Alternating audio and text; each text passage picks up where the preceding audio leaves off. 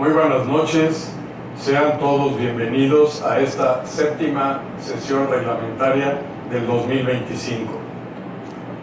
Es para mí un honor tener ahora a todos los que están en el Presidium, ya que cada uno de ellos tiene una importancia fundamental en los siguientes eventos que se van a llevar a cabo dentro de nuestro colegio. En primer lugar está nuestro vicepresidente, el doctor Daniel Diego Boll. También está el doctor Miguel Ángel Clara. Y también tenemos en esta ocasión al doctor Guillermo Alejandro Salas Morales, a quien le solicité que viniera para presentarnos un tema de una importancia fundamental, ya lo escucharán ustedes, dado que es lo nuevo que está sucediendo en el Consejo. El doctor Guillermo Alejandro Salas es el vicepresidente del Consejo Mexicano de Ortopedia. Pues para no darle más largas, le pido al doctor Arturo Joachín que por favor inicie la lectura del acta.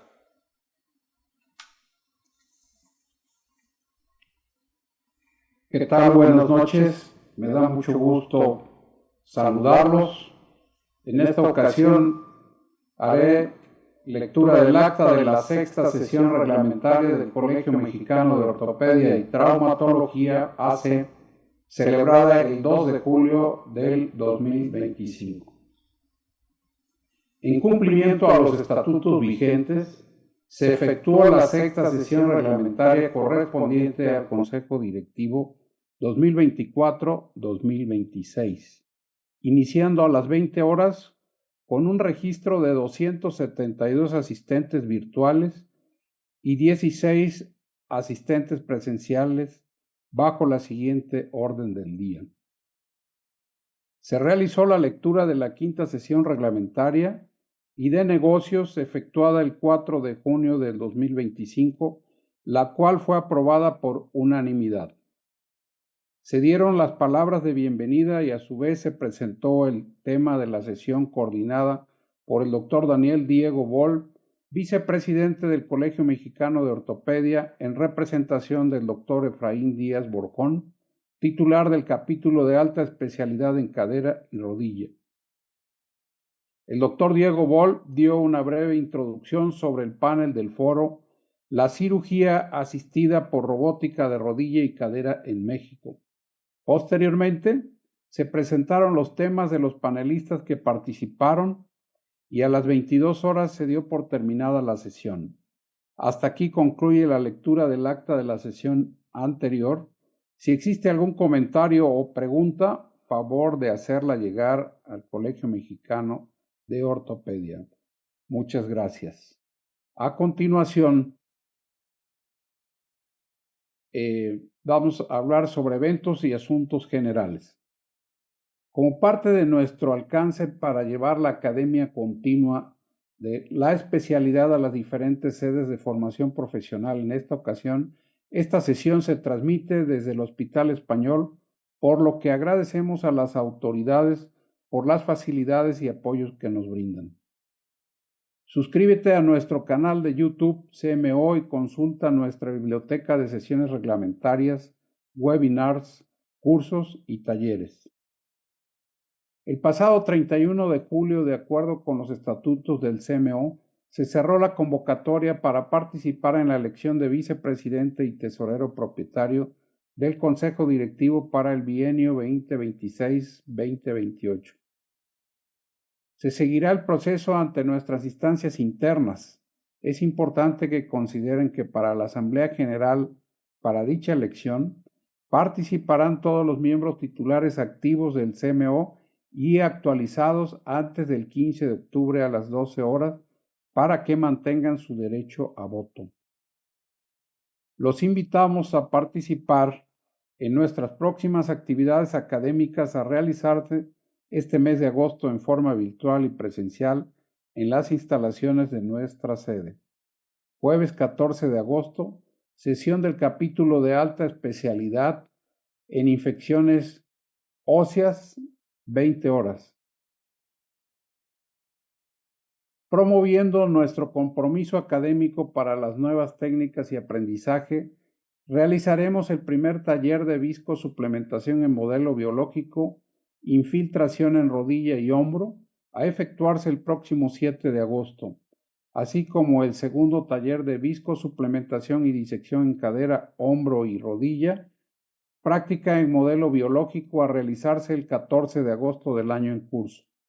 Ambos talleres en la sede del Instituto de Servicios Periciales y Ciencias Forenses, INCIFO. Iniciamos con gran éxito el primer bloque del curso de formación de peritos en ortopedia, dirigido a ortopedistas y especialidades afines el pasado mes de julio. Continuaremos con el segundo y último bloque del 21 al 23 de agosto. Gracias a todos los inscritos por su entusiasmo y participación. Les recordamos que está a su disposición la plataforma digital para que realicen sus pagos e inscripciones a través de plataformadigital.colegiocmo.com.mx.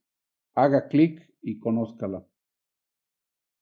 Te invitamos a publicar en la revista Acta Ortopédica Mexicana, indexada en PubMed y Cielo, en donde se publican investigaciones y artículos de divulgación científica. Además, al colaborar con el Acta Ortopédica Mexicana, puedes formar parte del comité de revisores, obteniendo puntos para la recertificación y diversos beneficios. Te recordamos que la APP del colegio se mantiene activa. Puedes acceder a las sesiones que se transmiten en vivo, realizar pagos en línea y tener acceso directo a nuestra página web. Los invitamos a seguirnos en nuestras redes sociales Facebook, Twitter e Instagram para que estés enterado de todos los servicios y beneficios que el CMO tiene para ti. Aprovechamos para darle una cordial bienvenida y felicitación a nuestros nuevos miembros titulares. Dr. Carlos Arie Hofmeister Can, Dr. Luis Fernando Campos Tirado, Dr. Eduardo Peña Guani y Dr. Antonio Tobar López, y emérito Dr. Rafael Francisco Íñigo Pavlovich. A continuación, vamos a ceder la palabra al Dr. Jorge Alberto Sánchez Rodríguez, titular del capítulo de alta especialidad en tumores del sistema músculo-esquelético, y a sus distinguidos ponentes, quienes presentarán el panel del foro Tecnología de vanguardia en ortopedia oncológica. Pero antes, déjenme invitar y comentarles nuevamente que el doctor Guillermo Alejandro Salas es el vicepresidente del Consejo Mexicano de Ortopedia y es invitado también especial a presentar un tema. Antes también vamos a pasar el video promocional del 71º Congreso del Colegio Mexicano de Ortopedia y Traumatología, a realizarse el próximo año, y un video promocional del Congreso Residentes. Sean todos ustedes bienvenidos. Muchas gracias.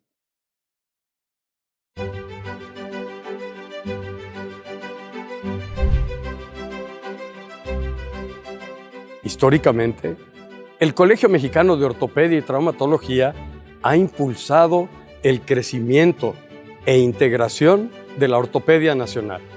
Desde 1950, el Colegio Mexicano de Ortopedia y Traumatología ha sido el precursor y referente de la formación constante de ortopedistas, residentes, investigadores, médicos generales, enfermeras y rehabilitadores, todos interesados en la ortopedia. Estamos preparando el 71º Congreso Nacional de Ortopedia 2026 para que sea un espacio diseñado para compartir los últimos avances científicos y tecnológicos. Del 29 de abril al 3 de mayo del 2026 nos reuniremos en la Ciudad de México, una metrópoli vibrante que combina historia, cultura, belleza y modernidad, ofreciéndonos el mejor escenario para este gran encuentro académico. En nuestro congreso se presentarán casos clínicos, nuevas técnicas quirúrgicas, actualidades de la ortopedia y traumatología nacional e internacional. Hoy, la inteligencia artificial, la impresión 3D, los biomateriales, las herramientas quirúrgicas y la cirugía asistida por computadora están revolucionando la ortopedia. Además de ser un foro académico, nuestro congreso favorece la colaboración entre ortopedistas, universidades y organizaciones del sector salud, sin perder de vista la visión del futuro de la enseñanza-aprendizaje en la ortopedia. Dentro del marco de nuestro congreso, hemos elaborado un programa de actividades sociales y culturales para reforzar los lazos de amistad y hacer de este encuentro un recuerdo memorable. Disfrutemos juntos de la hospitalidad que ofrece nuestra ciudad, un reflejo de historia, diversidad y energía de un país fascinante. Nuestro principal objetivo es inspirarte a investigar, A discutir y publicar en el Acta Ortopédica Mexicana no pierdas la oportunidad de conocer la innovación y evolución de la ortopedia y traumatología.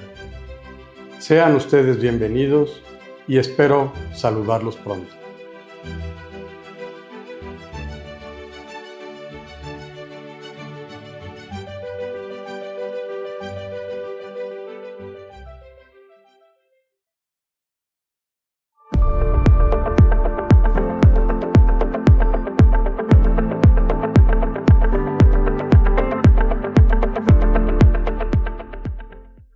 Soy el Dr. Daniel Simbrón López, presidente del 19º Congreso Nacional de Residentes en Ortopedia y Traumatología, organizado por el CMO. Este importante evento se llevará a cabo los días 30 y 31 de enero de 2026.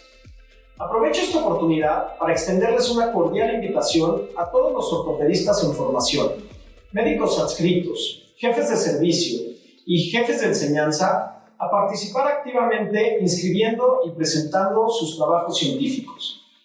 Contaremos con un programa académico innovador, cuidadosamente diseñado para enriquecer su formación y fomentar el intercambio de conocimientos. Será un verdadero gusto encontrarnos y compartir experiencias en este foro académico que promueve la excelencia en nuestra especialidad. ¡Los esperamos!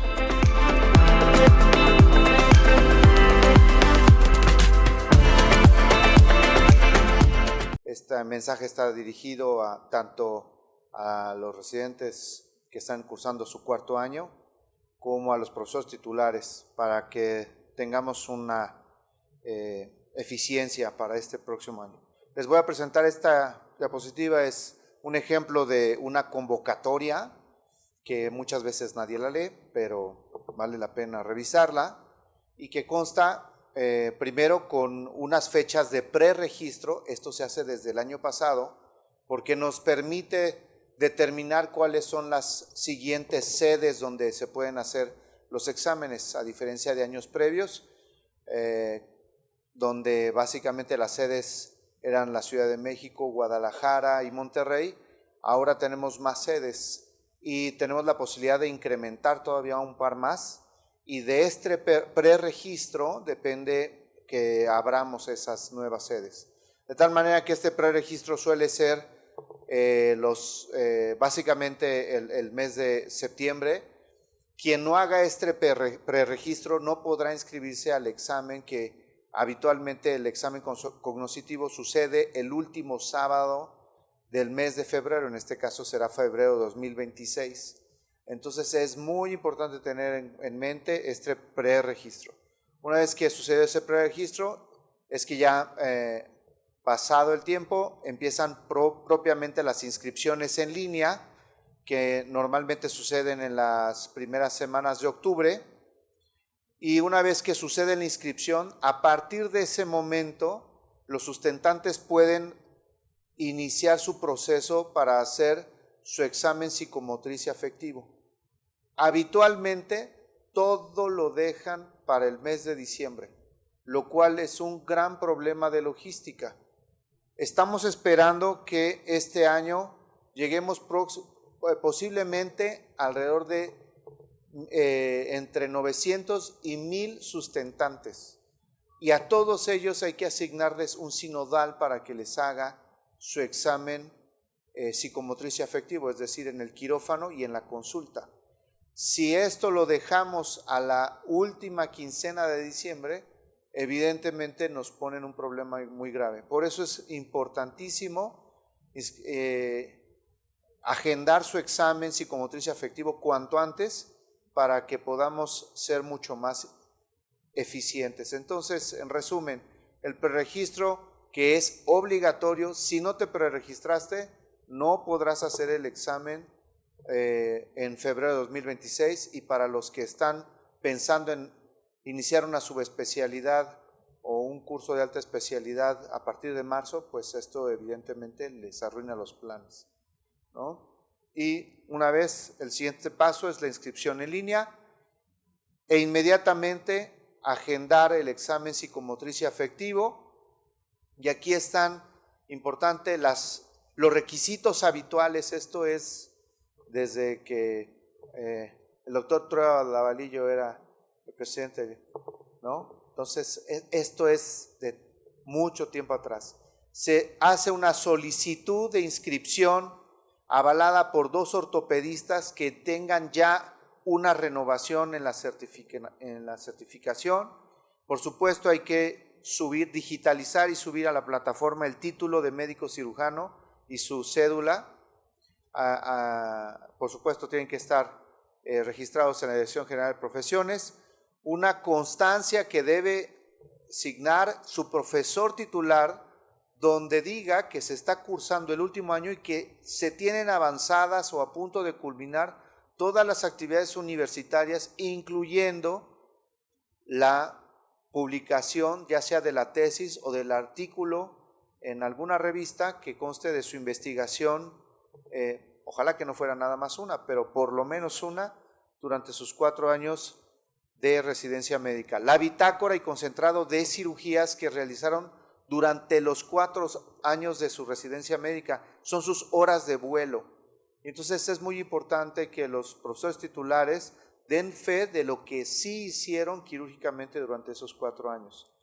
Por supuesto, su cuota de inscripción, su CURP y su constancia de situación fiscal actual para poder emitirle sus facturas. Y si tienen estudios en el extranjero, bueno, haber hecho sus trámites previos ante la SEP y las distintas autoridades. Las fotografías tamaño diploma y las infantiles para poder hacer su credencial, y a los que así lo consigan entregarles su diploma de certificado. Entonces, a manera regresiva, el examen sucede el último sábado de febrero de 2026. Para esto debimos haber ya concluido el examen práctico entre septiembre y los primeros 15 días de diciembre. Esta vez no vamos a dejar que llegue la segunda quincena de diciembre sin haber hecho los exámenes, porque incluso en muchos hospitales, evidentemente las personas no se operan en diciembre.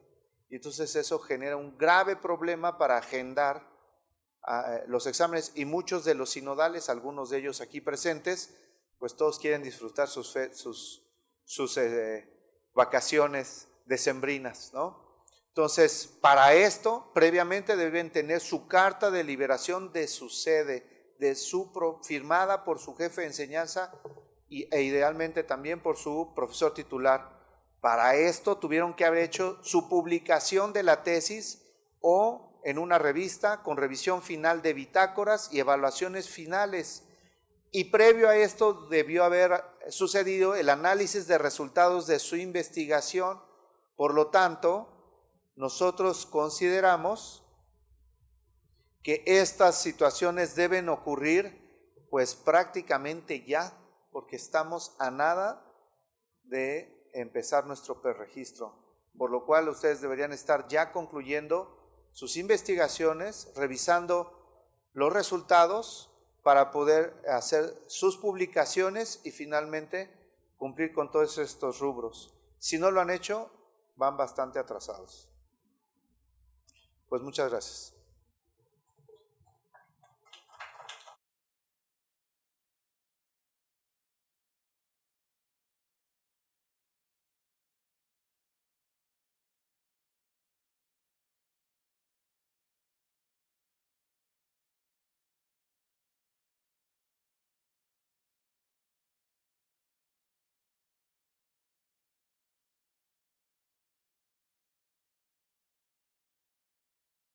Hola, buenas noches. Soy el doctor Jorge Alberto Sánchez Rodríguez y como titular del capítulo de tumores del sistema musculoesquelético, les doy la más cordial bienvenida a nuestra 7ª sesión reglamentaria del Colegio Mexicano de Ortopedia. En este vamos a darles a conocer las herramientas con las que contamos actualmente y de esta forma entender un poquito mejor cómo la convergencia entre tecnología y medicina ha estado modificando el campo de la ortopedia oncológica. Esto nos abre nuevas posibilidades para poder ofrecer tratamientos mucho más precisos. ¿Bien? Entonces, eso es lo que buscamos darles a conocer a través de nuestros panelistas de esta noche. El día de hoy contamos con un invitado especial que nos va a acompañar de manera virtual, el doctor Juan Pablo Zumárraga. No sé si podemos saludarlo. Buenas noches, doctor. Gracias por acompañarnos. Buenas noches, doctor. ¿Cómo está? Muchas gracias por la invitación a ustedes. Bien, el doctor actualmente se encarga o se desempeña como secretario general de una sociedad hermana, la Sociedad Latinoamericana de Tumores Musculoesqueléticos. Entonces, en un momento más vamos a iniciar con su participación, pero pues sin más preámbulo, vamos a iniciar con nuestra primera plática de la noche, a cargo de la doctora Brenda Montserrat Mata Briceño. Su tema es impresiones 3D y su uso en la planeación quirúrgica. La doctora es ortopedista oncóloga y se desempeña como médico en hospitales del Grupo Ángeles y Hospital del Instituto Mexicano del Seguro Social. Brenda, buenas noches, bienvenida.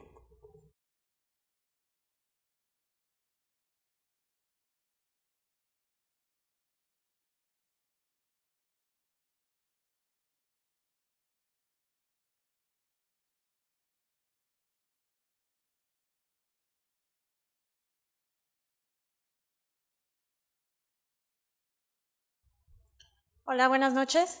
Bueno, yo les voy a hablar acerca de la impresión 3D y su utilidad para la planeación quirúrgica. Entonces, las técnicas de fabricación aditiva, o lo que todos conocemos como impresión en 3D, se aplican ampliamente tanto en la industria como en el mercado de consumo. Creo que todos hemos visto productos impresos en 3D, carcasas de teléfono, productos de papelería, del hogar, etc. Pero, ¿cómo nace todo esto? La impresión en 3D nace fundamentalmente en los años 80, cuando Chuck Hull inventa la estereolitografía. ¿Qué es esto? Pues es la construcción de un objeto sólido mediante una reconstrucción en 3D, mediante la posición de capas de resina o de algunos otros materiales. Posteriormente, en el 90, se desarrollan tecnologías de otro tipo, con diferentes materiales y ya tienen un uso industrial. Posteriormente, en el año 2000, empieza un proyecto muy importante en el Reino Unido que se llama RepRap. Este impulsa la impresión 3D de bajo costo y a gran escala. Entonces buscan que una impresora genere a su vez más impresoras. Esto permite ya que en el 2010 comience su uso en la medicina y en el 2020, que es esta década, empiece la impresión en metal y en biomateriales. Entonces, ¿qué es la impresión 3D en la ortopedia y específicamente en la ortopedia oncológica? Pues básicamente es el uso de tecnologías de modelado e impresión tridimensional para diseñar y fabricar implantes personalizados, guías quirúrgicas o prótesis hechas a la medida para el tratamiento de tumores musculoesqueléticos, que es de lo que vamos a estar hablando a lo largo de esta plática. Como les dije, pues esto tiene un uso reciente, empezó en la década del 2010. ¿Cuál es su utilidad en la ortopedia oncológica? Pues generalmente lo utilizamos en casos complejos como lesiones en pelvis, en sacro, en columna, en escápula, también para educación del paciente y del equipo médico, para planificación quirúrgica realista con modelos impresos, para la creación de guías quirúrgicas, resección precisa de tumores óseos con márgenes negativos y para la creación de prótesis personalizadas.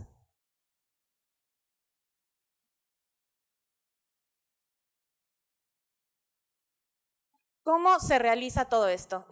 Lo dividí básicamente en 5 puntos. Un protocolo prequirúrgico, la planificación quirúrgica y diseño, la impresión del implante y las guías, la esterilización y la cirugía. Entonces, vamos con el protocolo prequirúrgico. Yo creo que este es uno de los más importantes, si no el más importante, porque antes de pensar en cualquier impresión o reconstrucción, tenemos que realizar un adecuado protocolo ortopédico oncológico del paciente, y preferentemente por un ortopedista oncólogo, ¿sale? necesitamos también un equipo multidisciplinario. Entonces tenemos que hacer una adecuada historia clínica, exploración del paciente, pedir estudios de laboratorio, de gabinete y realizar la biopsia. Entonces, como les mencioné, para esto es fundamental los estudios por imagen de alta resolución, como la tomografía computada, la resonancia magnética e incluso el PET. Estas imágenes van a ser esenciales porque nos van a definir la conducta a seguir y los márgenes oncológicos de resección. Además, esto nos ayuda para la planificación y el diseño de nuestro modelo. Entonces, las imágenes por tomografía y resonancia magnética se van a convertir en un modelo digital 3D. Casi siempre tenemos estas imágenes en un formato DICOM. Entonces, vamos a utilizar softwares con ayuda de ingenieros en biomédica para realizar la reconstrucción de esta imagen. Se somete al software y ese software ya nos va a dar una imagen limpia del hueso, es decir, sin ruido, sin músculos, sin algunas otras estructuras que nos vayan a afectar. Y se genera un modelo como el que vemos en pantalla. Se genera una imagen en vectores, que es con estos triangulitos, que ya puede ser impresa en 3D. Entonces, ya con esto se va a planificar nuestra cirugía. Vamos a tener la resección tumoral precisa, el diseño del implante personalizado, y también pueden diseñarse guías de corte que van a ser personalizadas y nos van a ayudar a resecar exactamente el área precisa.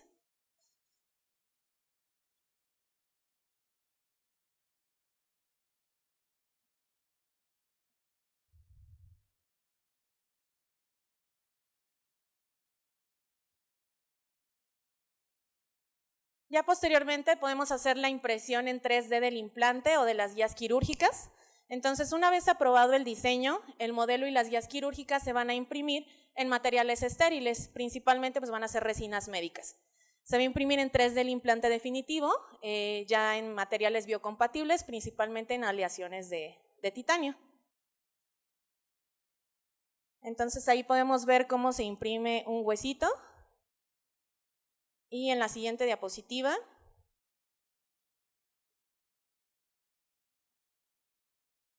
podemos ver ya la impresión en 3D de un número. Entonces vemos cómo ya se mandó la imagen, se reconstruyó en la computadora y se van haciendo estas capas de aposición con una resina que va a ser pues compatible.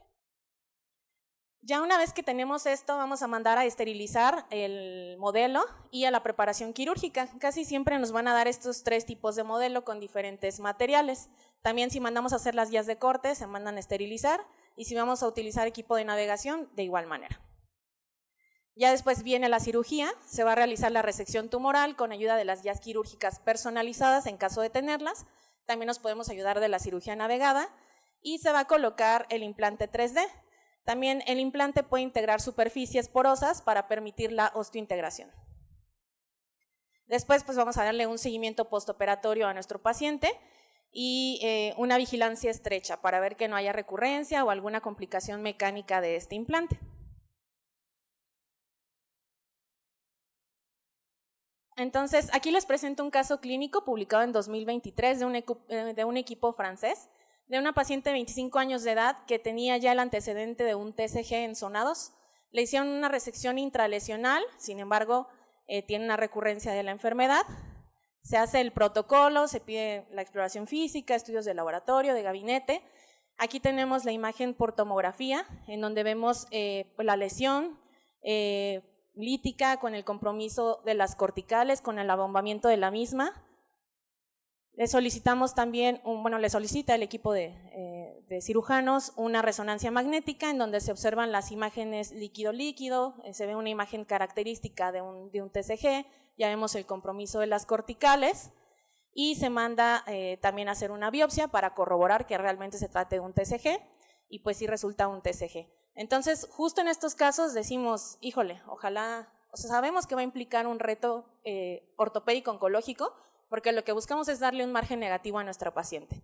Y también va a significar un reto ortopédico, porque tenemos que hacer la reconstrucción de esa lesión. Es una zona muy delicada que tiene un compromiso importante de estructuras neurovasculares. Sabemos que va a implicar sangrado, tiempo quirúrgico, rayos X, en fin, muchísimas complicaciones. Y ahí es cuando decimos, ojalá tuviera el tumor en mis manos para poder familiarizarme con él y ver qué le voy a hacer. Entonces es lo que nos permite hacer la impresión en 3D.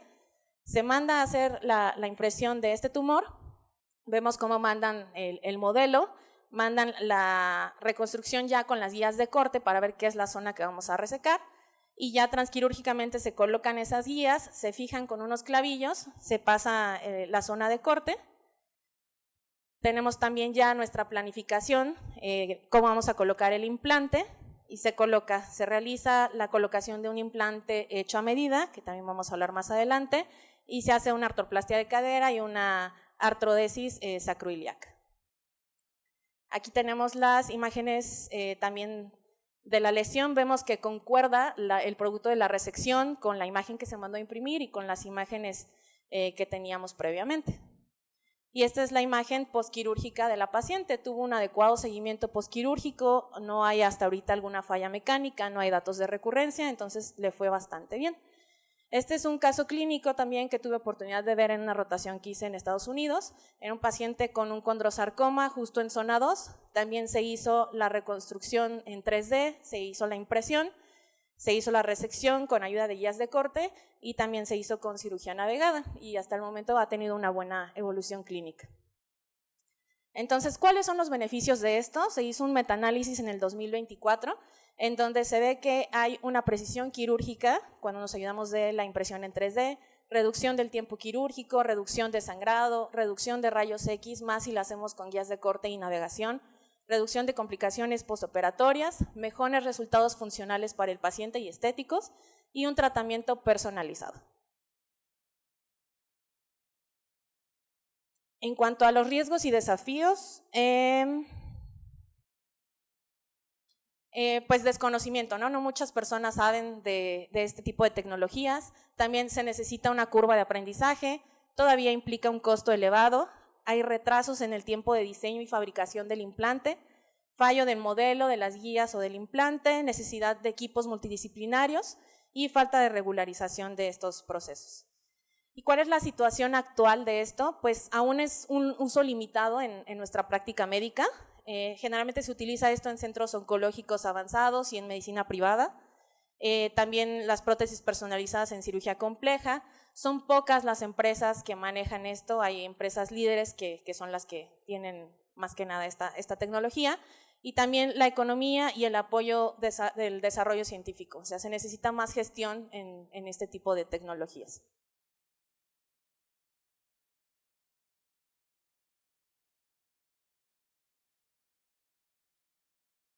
¿Cuál va a ser el futuro de la impresión en 3D en ortopedia oncológica? Pues la bioimpresión de tejidos vivos, implantes inteligentes, el uso de inteligencia artificial, mayor velocidad y menor costo de producción y la expansión a hospitales generales y en países en desarrollo.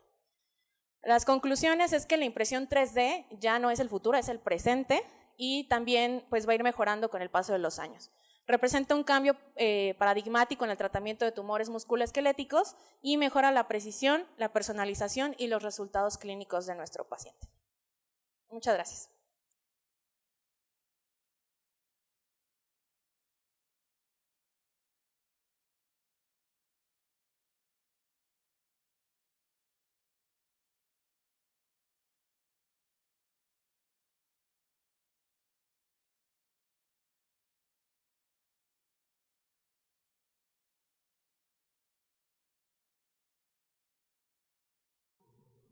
Muy bien, pues nuestra siguiente charla es a cargo de la doctora Pamela Ibarra de la O, muy buena amiga, muy conocida la doctora, ¿verdad? Ortopedista oncóloga también, que se desempeña en hospitales del Instituto Mexicano del Seguro Social, medicina privada en hospitales del Grupo Ángeles.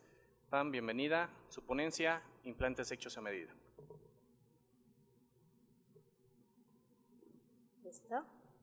Sí, gracias. Muchas gracias, Jorge Sánchez, y a todo el comité de esta sesión por la invitación.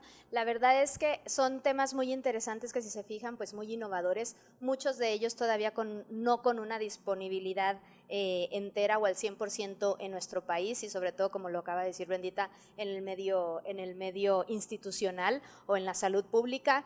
Pero bueno, eso no exime de que estemos enterados y sepamos por qué estamos ya en la realidad al alcance con estas tecnologías. Entonces, Van a fijarse ahorita que un poquito de las charlas que vamos a dar todos los ponentes se atropellan un poco porque son parte de de una nueva tendencia en la que tratamos de aprovechar todas las tecnologías para ahora sí que el mejor resultado de nuestro paciente. Y hablando justamente de los implantes a la medida o las prótesis custom made, ¿qué son? Son justamente implantes que vamos a diseñar de manera muy específica y personalizada para cada paciente, cumpliendo ciertos requisitos, sobre todo los antropométricos, que este implante haga ahora sí que relleno o supla el defecto que vamos a dejar tras una resección oncológica importante, cumpliendo algunas particularidades como lo son justamente las necesidades mecánicas, que el paciente tenga una funcionalidad entera o lo más posible a lo previo a la resección con este implante que con su anatomía nativa. Esto lo podemos realizar, como ya empezó a hablarles un poquito Brendita, con diversos materiales en los que les voy a hablar un poquito más, y justamente vamos a depender tanto de los recursos que tenemos, el medio en el que estamos y la tecnología que tengamos disponible al momento a nuestro alcance.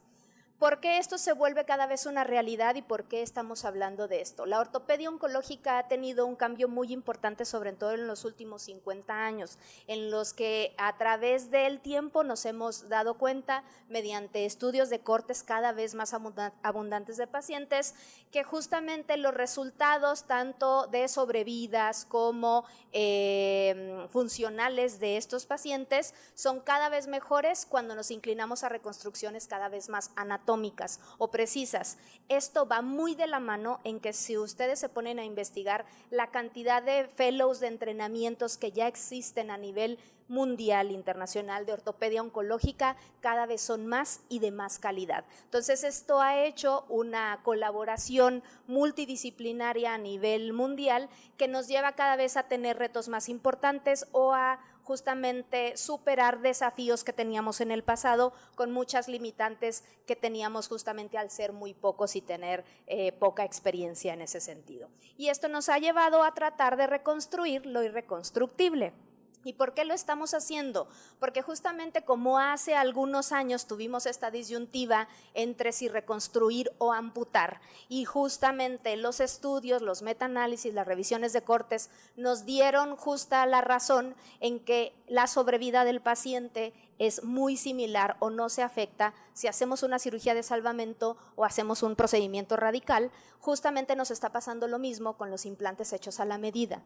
Estamos dándonos cuenta que cuando hacemos reconstrucciones más anatómicas, como ya lo dijo Brendita, con resultados más estéticos, mejores funcionales y muy importante con una satisfacción del paciente alta, entonces esto nos está dando la justificación perfecta para que sigamos o continuemos en esta necedad de reconstruir las extremidades posterior a la resección de defectos importantes, ¿de acuerdo? Entonces, como lo ven aquí, nuestras cortes todavía son pequeñas, las que vamos a encontrar más recientes son así alrededor de 10, 20 pacientes y si se fijan sumamente variadas, porque tenemos sitios anatómicos diversos y patologías o histologías también diversas. Pero si se fijan, en cuanto a las tasas de complicaciones o resultados, son muy similares a las reportadas por una reconstrucción convencional con un implante protésico convencional. Ningún tipo de reconstrucción, llámese aloinjertos, injertos solos, aloprótesis, ninguno está exento de complicaciones, y este tipo de implantes a la medida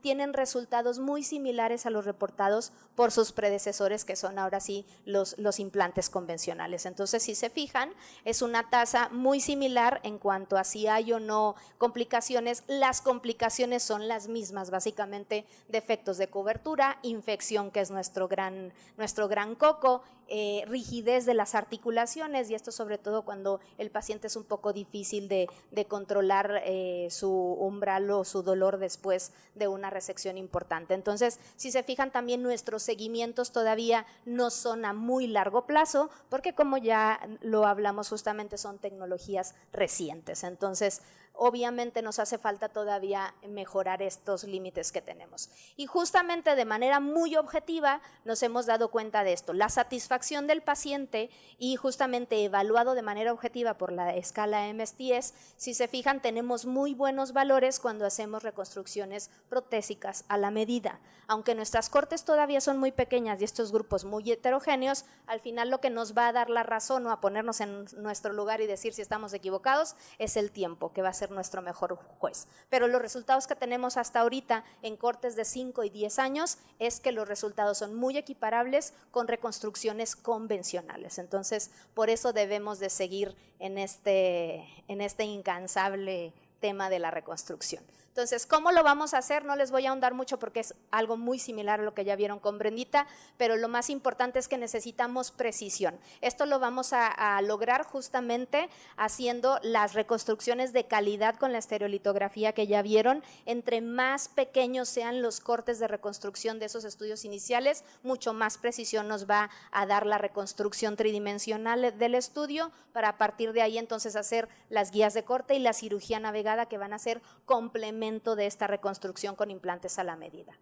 Cuando diseñemos el implante, tenemos que cubrir justamente ese requisito primordial de que restaure función, no solo que rellene un hueco, tomando en cuenta las inserciones musculares y sobre todo los sitios o dónde van a quedar localizados las estructuras neurovasculares importantes o vitales para la funcionalidad de este paciente. Hay que reducir y optimizar los tiempos quirúrgicos, por eso nos vamos a basar también en esta tecnología para, a la par de diseñar nuestro implante a la medida, diseñar el instrumental que nos lleve a colocarlo de una manera más rápida u óptima con el menor tiempo de exposición y sangrado posible.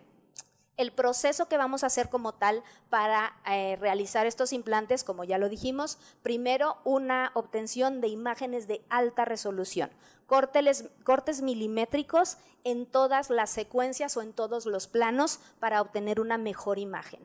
Después de eso van a pasar por el proceso que vieron con Brendita de la parte del modelo y diseño de la impresión 3D. Los hacemos primero en materiales un poquito más convencionales, generalmente resinas plásticas, antes de hacer los definitivos ya en metales, como lo van a ver un poquito más adelante, lo tenemos aquí.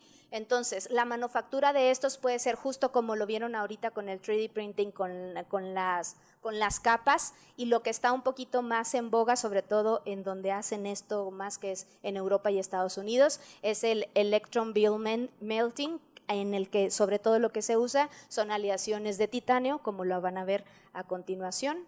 Entonces tenemos varios materiales que podemos usar. Las aleaciones de titanio son de las más socorridas actualmente, nos dan una fuerte resistencia a las cargas, entonces podemos hacer uso de estos implantes con carga prácticamente inmediata en el posoperatorio con los pacientes.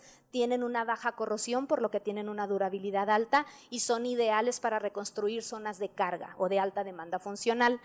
Otro muy usado también son las aleaciones de cromo-cobalto, en las que también tenemos una alta resistencia mecánica, pero estas son un poquito más resistentes para fricción. Entonces, cuando se trata de una articulación o una parte móvil, estas son nuestra mejor opción, nuestra mejor elección. Y como mencionaba también ahorita Brenda previamente, podemos hacer sobre estos implantes estructuras porosas que nos lleven a una mejor osteointegración para una adaptación mejor del implante y una mecánica mucho más armoniosa. Entonces, cuando usamos estructuras porosas, lo que vamos a obtener tanto con la hidroxiapatita o con los mismos metales porosos, vamos a tener una disminución en nuestras tasas de aflojamiento, porque vamos a favorecer de manera importante la osteointegración.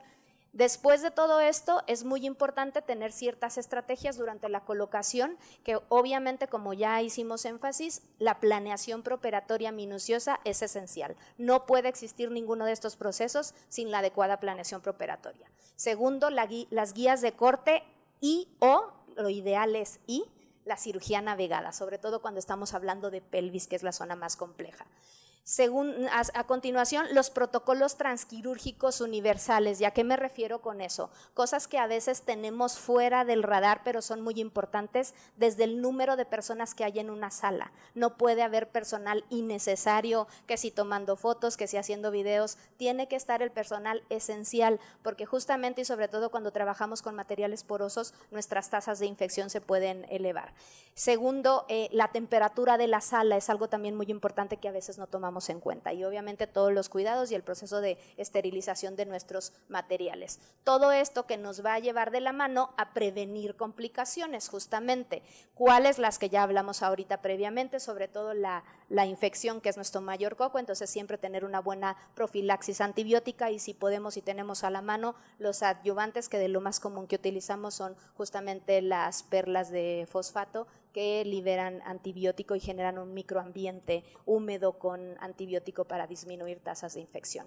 El aflojamiento, usando idealmente los materiales porosos como ya lo vimos, y muy importante, hacer cortes precisos y fijaciones suficientes, estables, que me permitan que ese implante se integre de manera adecuada. Cuidar siempre las estructuras neurovasculares, conociendo muy bien la anatomía, sobre todo de manera preoperatoria, y esto no solo de manera profunda en nuestra reconstrucción, sino también de manera superficial, cuidar los colgajos, porque eso es importante para no llegar a un proceso de necrosis que nos exponga nuestro material, nuestra reconstrucción, y ya sabemos la catástrofe que eso implica. Y finalmente, prevenir fracturas, porque también son implantes muy grandes que van anclados a segmentos muy pequeños de hueso, en los que podemos tener también una fractura como complicación.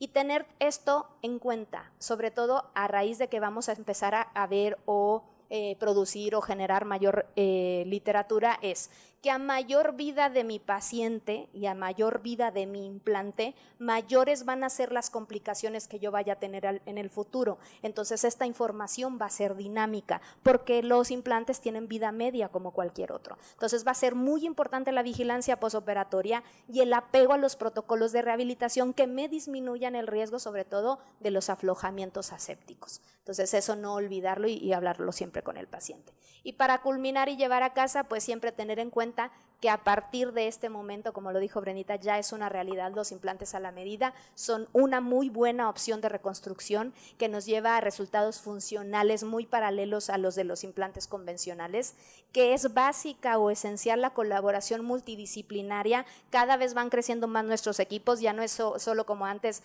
el oncólogo, el rehabilitador, el ortopedista, el radioonco o el de imagen, sino que ahora ya integramos ingenieros biomédicos, mecánica, muchísimas otras especialidades que antes no colaboraban con nosotros. Y finalmente, seguir desarrollando, investigando y sobre todo publicando, divulgando, y hacer sesiones como estas, que aunque no lo vea, no lo haga yo directamente en mi hospital, estoy obligado a conocerlas y en lo posible a colaborar para desarrollarlas. Muchísimas gracias.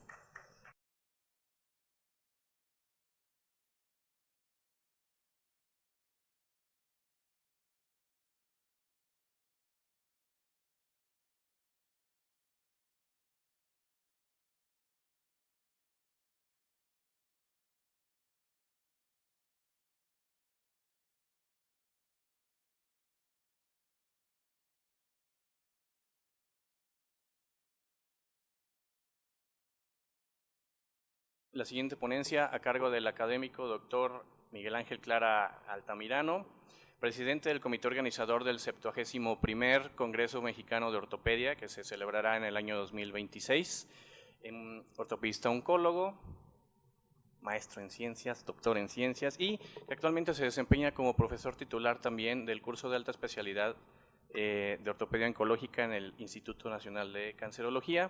Doctor Clara nos va a apoyar con el tema ¿qué conocemos de la cirugía navegada y cuáles son sus ventajas en la resección tumoral? Gracias. Muchas gracias, Jorge. Gracias a todos. Créanme que para mí esto es un momento muy especial porque soy egresado de este hospital de la generación 2007-2011. Aquí hay algunos de mis maestros presentes, tuvieron que sufrirme durante ese tiempo. Otros tuvieron que sufrirme aún más tiempo, ni modo, pero me da mucho orgullo y mucho gusto estar aquí presente.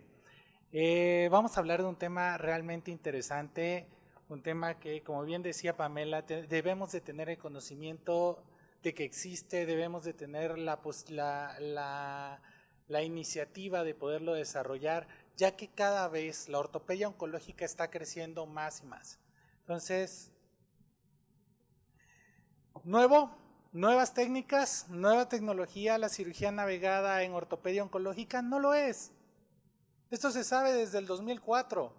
Esto es algo que realmente se ha ido desarrollando poco a poco, y por eso me gustó mucho ese comentario de que tenemos la necesidad, la obligación de desarrollar este tipo de tecnologías. Las primeras series se realizaron en columna y en pelvis. Son los sitios más difíciles para abordar cualquier tumor óseo. ¿Por qué? Porque suelen crecer de forma asintomática, pueden confundirse los síntomas, pasar más como síntomas gastrointestinales, urológicos o genitales, hasta que por fin, por alguna razón, se llega a un diagnóstico. Y por eso pongo esta imagen de aquí de un osteosarcoma de un paciente femenino de 21 años. Vean el tumor tan grande, es un osteosarcoma osteoblástico, nadie me lo dejará mentir, desde la radiografía se ve lo que es. Entonces, vean el tamaño del tumor e incluso cómo tiene un componente condroide en su interior. Entonces, muy importante ese corte, ese paciente se le hizo una hemipelvectomía externa. ¿En qué podemos utilizar la cirugía navegada? La podemos utilizar en absolutamente todos los procedimientos de ortopedia oncológica que conocemos, desde resecciones intralesionales, marginales, resecciones amplias, reconstrucciones protésicas, en absolutamente todo lo que se les puede ocurrir la podemos utilizar.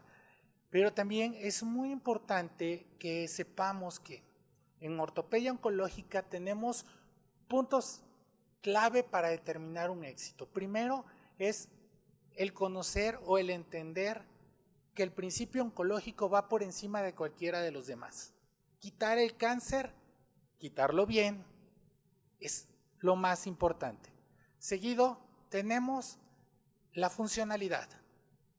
Y de la mano con todo esto tenemos la calidad de vida de nuestros pacientes. No podemos tener A sin B ni C. Por lo tanto, este tipo de tecnologías nos van a ayudar para una mejor seguridad oncológica, para realizar cortes de una forma más segura, más precisa y que los márgenes sean negativos. Resecciones R0.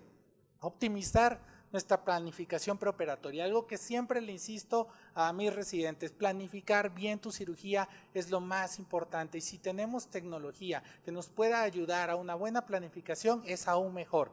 Reducir la necesidad de procedimientos complementarios. Pongo este caso clínico por una razón en específico: favorecer la conservación funcional de los pacientes. Este caso clínico lo tenemos en el Instituto de Cancerología. Como verán, es un osteosarcoma condroblástico y osteoblástico desde el sacro y hasta los niveles L3 y casi L2. Entonces lo que hicimos fue entrar un equipo multidisciplinario con neurocirugía, ortopedia oncológica, cirugía plástica. Hicimos la resección del tumor. En un siguiente procedimiento hicimos la estabilización. En un siguiente procedimiento hicimos la colocación de injertos de peroné microvascularizado para poder estabilizar la articulación sacroiliaca de ese lado. Entonces, realmente este tipo de cirugía se pudo haber beneficiado si contáramos con tecnología que nos ayudara a una mejor planificación preoperatoria.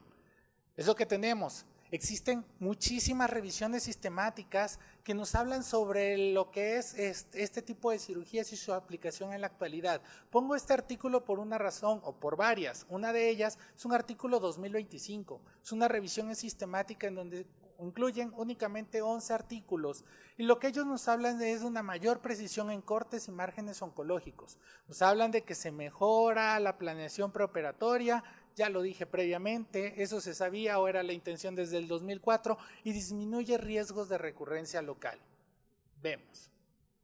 Realmente, en el Forest Plot, analizando todo esto, podemos ver que el número de complicaciones es similar a una cirugía abierta. El número de márgenes negativos también lo es. No hay superioridad entre uno y otro estudio, entre uno y otro procedimiento. Sí se registra un mayor tiempo quirúrgico porque se requiere una calibración y se requiere pues también un cirujano experto. Esto lleva a una curva y en lo que se desarrolla esa curva vamos a tener un gran problema. El número de complicaciones, aunque lo reporta similar, no me sirve el apuntador desafortunadamente bien, pero aunque lo reportan similar, pues tenemos un mayor tiempo quirúrgico. Y por último, los márgenes negativos. En eso realmente podemos ver cierta ventaja en cuanto a la cirugía navegada. Las técnicas para reconstrucción por imagen son diferentes y en general lo que podemos tener actualmente son dos muy importantes de las cuales les voy a hablar a continuación. Una son la instrumentación específica para el paciente. Esta es muy útil, por ejemplo, para quienes usan aloinjertos. Entonces aquí lo que se hace es que previo a la cirugía se determinan los diferentes niveles de corte para un tumor en específico. Por ejemplo, si queremos preservar una fisis, es una extraordinaria opción para poder tener diferentes guías de corte que nos van a ayudar a determinar cuál o dónde es el mejor sitio para hacer la resección. Requiere una planificación preoperatoria, guías quirúrgicas personalizadas, la fabricación de las guías en 3D y obviamente esto se coloca directamente sobre la anatomía del paciente. Algo que desafortunadamente vemos en nuestro medio es la progresión de la enfermedad. Sin duda, conforme va pasando el tiempo, el cáncer no perdona y el cáncer va avanzando. Entonces debemos de tener siempre esto en cuenta. Y la otra técnica quirúrgica para reconstrucción utilizando imagen es la navegación quirúrgica, motivo de esta charla, en donde, como ustedes saben, en una navegación quirúrgica se van colocando diferentes guías para establecer los puntos de corte. Obviamente el objetivo de todo esto es mejorar la precisión y el control dinámico. También hay que tener en cuenta que puede haber errores y voy a hablar un poco más adelante sobre todo esto. Estas guías quirúrgicas requieren de una posición perfecta y además de todo los cortes se deben ir verificando de forma preoperatoria.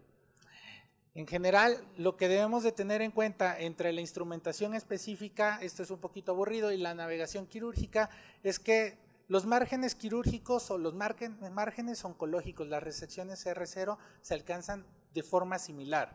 En tejidos blandos su aplicación es limitada, la precisión al corte es realmente bárbara, siempre y cuando tengamos esa posibilidad de que podamos contar con este insumo a tiempo. Si desafortunadamente pasa mucho tiempo, la enfermedad progresa, el tumor cambia y ya no es el mismo tumor que se tenía al momento del tratamiento que al momento de que se realizó el estudio de imagen, algo que nos pasa mucho en las instituciones públicas. Entonces realmente pueden ver cómo tienen diferentes indicaciones y son muy útiles este tipo de resecciones.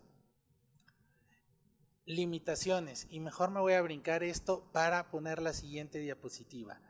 Costos. Desafortunadamente los costos son muy altos y en México es muy difícil tener acceso tanto al software como al hardware para poder realizar este tipo de resecciones. Una inversión considerable en infraestructura, además de todo. Y software, como les decía, y la formación del equipo quirúrgico, la curva que debe de tener el equipo quirúrgico para poder hacer este tipo de resecciones. Además, no existe ningún estudio que nos hable de costo, utilidad y costo-efectividad en este tipo de estudios comparados con la cirugía convencional. Y algo es cierto. Comparados con una cirugía, con un cirujano experto o con un equipo quirúrgico experto, mejor dicho, con una adecuada planificación preoperatoria, no va a haber diferencia entre uno y otro procedimiento. Hacer la cirugía navegada y hacerlo con un cirujano experto no ha demostrado ninguna diferencia, más lo que les comentaba, los márgenes probablemente puedan tener cierta superioridad.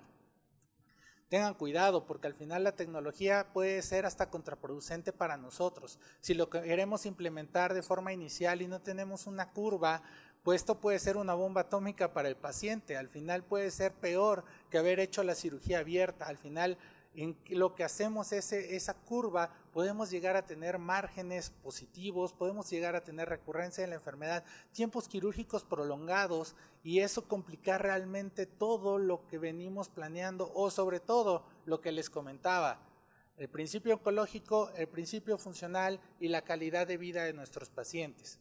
Entonces, cuidado con todo esto. Y además de todo, pongo este artículo de Bruschi precisamente porque me gustó mucho el análisis que hacen y mucho más científico en cuanto a es una revisión sistemática de 81 artículos que hablan de cirugía navegada, y en lo que nos están poniendo en un gráfico para determinar sesgos es que casi todos los artículos que hablan de cirugía navegada tienen algún tipo de sesgo, sesgo de confusión, sesgo de participación, sesgo de intervención, valores perdidos o incluso resultados o sesgos de selección de resultados. No crean todo lo que lean por el simple hecho de ser nuevo. Finalmente debemos de tener en cuenta que la tecnología es muy útil, pero debemos de ser críticos al respecto. Por lo tanto, para mí lo más importante, y después de haber hecho toda esta revisión, es el equipo quirúrgico, un buen equipo quirúrgico, desde una buena planificación preoperatoria. Esta es una planificación preoperatoria que hicieron mis residentes apenas la semana pasada de una hemipelvectomía de zona 3. Realmente, si tu equipo quirúrgico sabe en dónde te vas a meter, sabe lo que vas a hacer, conoce la anatomía, si además de todo, en esta cirugía en particular, nos apoyó un cirujano oncólogo que sabe de lo que estamos haciendo. ¿Por qué?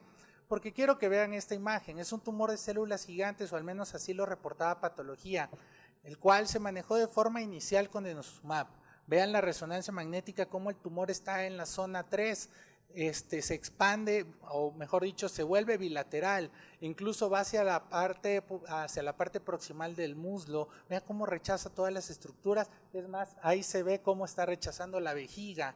Entonces nos vamos a meter con los ureteros, nos vamos a meter con una serie de estructuras intrapélvicas, hasta con los órganos genitales. Entonces por eso es necesario tener un equipo multidisciplinario, y es una gran ventaja. Realmente el saber decir necesito ayuda, o saben qué, vamos a prepararnos muy bien para esta cirugía. Entonces, como ustedes verán, además de todo, para incrementar la dificultad, le hicieron una biopsia con un abordaje, pues no sabría decirles si transversal, oblicuo o qué fue eso, porque la idea era hacer una combinación entre un abordaje de Judet y un abordaje de Smith-Petersen, pero desafortunadamente con ese otro abordaje pues terminamos haciendo como una S en la parte anterior.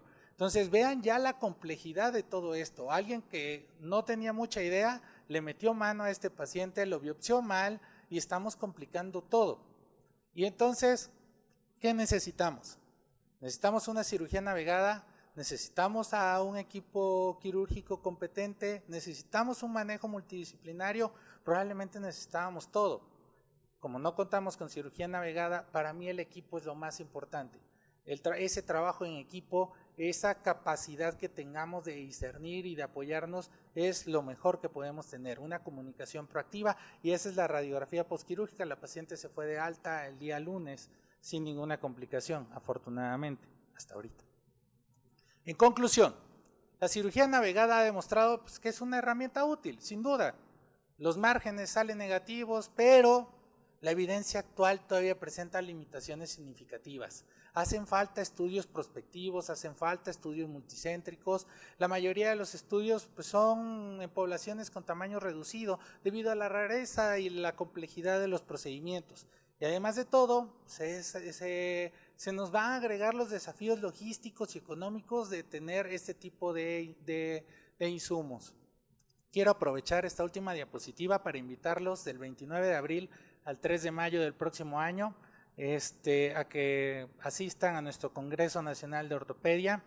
Les esperan muchas sorpresas. Integración, innovación, impacto en la ortopedia moderna es nuestro lema, y es lo que queremos, incidir en todos y cada uno de ustedes. Muchas gracias.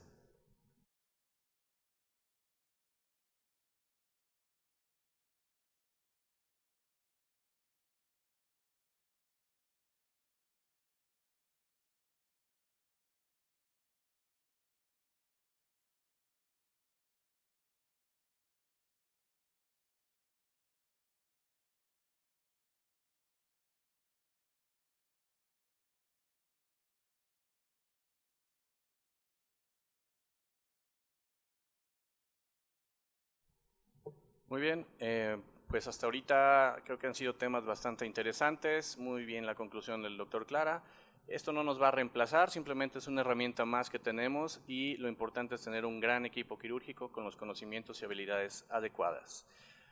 Bueno, una vez más, un placer presentar al doctor Juan Pablo Zumárraga. Como ya les había comentado, se desempeña actualmente como secretario general de esta sociedad hermana, que es la Sociedad Latinoamericana de Tumores Musculoesqueléticos, y labora en el Hospital Metropolitano en Quito, Ecuador. Nos va a hablar acerca del tema de la experiencia en el uso de realidad aumentada. Doctor Juan Pablo, buenas noches. Hola, buenas noches. Muchísimas gracias, Jorge, por la invitación. Conversamos en Brisbane en el Congreso de ISOLS y bueno, qué pena no poder estar presente y ver a algunos amigos que a veces nos encontramos en los congresos, como la doctora Pamela, Miguel Ángel igual, bueno, muchos, así que quién sabe la próxima vez. Yo voy a hablar un poco sobre todo esto de la tecnología actual, de todos los usos de la tecnología y las combinaciones y cómo se ha ido dando la mejoría de todas estas utilizaciones de la tecnología para la oncología ortopédica, como son todo lo que es la planificación computadorizada, los modelos en 3G, las guías y la realidad virtual. Eh, Primero que nada, bueno, no tengo ningún tipo de conflicto de interés en esta presentación, es básicamente todo lo que se logra hacer aquí. Todos los modelos que se van a utilizar aquí son ilustrativos, el propósito es que sean ilustrativos y no hay ningún tipo de idea o para una replicación directa, ya que los tumores, como sabemos, son totalmente diferentes los unos de los otros. El propósito de este tipo de presentaciones es básicamente educativo y siempre se hace bajo consulta con especialistas certificados o las clases son hechas para especialistas certificados. Y bueno, sigamos. Bueno, en la oncología ortopédica siempre buscamos esto, ¿no? Esta es una imagen que se nos repite varias veces, que es qué tipo de tumor tenemos, si son tumores benignos, si son tumores malignos y qué tipo de cirugías queremos realizar. Encontramos en mucha bibliografía este tipo de gráfico que siempre está de la misma manera, a veces en diferentes colores o en diferentes formas, pero básicamente esto es lo que queremos saber, qué tipo de resección queremos hacer. Entonces, con el pasar del tiempo, lo que nosotros sabemos es que básicamente lo que queremos para los tumores, especialmente para los tumores malignos, es que nuestras márgenes sean negativas. ¿Y qué es lo que hacemos siempre nosotros, los cirujanos o los oncólogos ortopedistas, para tratar de lograr este tipo de márgenes? Entonces, lo que básicamente sabemos es que tenemos que planificar nuestra cirugía de la manera correcta, con tiempo, para poder lograr estos márgenes. Y tratamos de utilizar todas las armas que tenemos, inclusive la tecnología, para poder lograr esto. Entonces, bueno, históricamente nosotros siempre hemos utilizado las imágenes en 2D, que es hasta hace poco tiempo es lo que teníamos, ¿no? Entonces, básicamente, ¿qué es lo que nosotros hacíamos? Utilizábamos cualquier tipo de exámenes que podíamos hacer, que generalmente eran en 2D antes, como las radiografías y las tomografías, y lo que tratábamos de hacer era hacernos una idea totalmente en la cabeza para poder planificar esto y hacer esto en 3D, hasta que comenzaron a venir las imágenes en 3D. Entonces, antes nosotros utilizábamos los píxeles, como ustedes pueden ver en la imagen aquí en la pantalla, en la parte izquierda, y esto hemos cambiado a los voxels, que son las imágenes en 3D. Entonces, ¿en qué nos ayuda esto? En que los elementos, el volumen de los elementos, la capacidad de la profundidad de las imágenes y la reconstrucción que tenemos de los tumores va a ser mucho mejor, que es lo que actualmente utilizamos con resonancia magnética. Entonces, básicamente esa fue nuestra primera arma.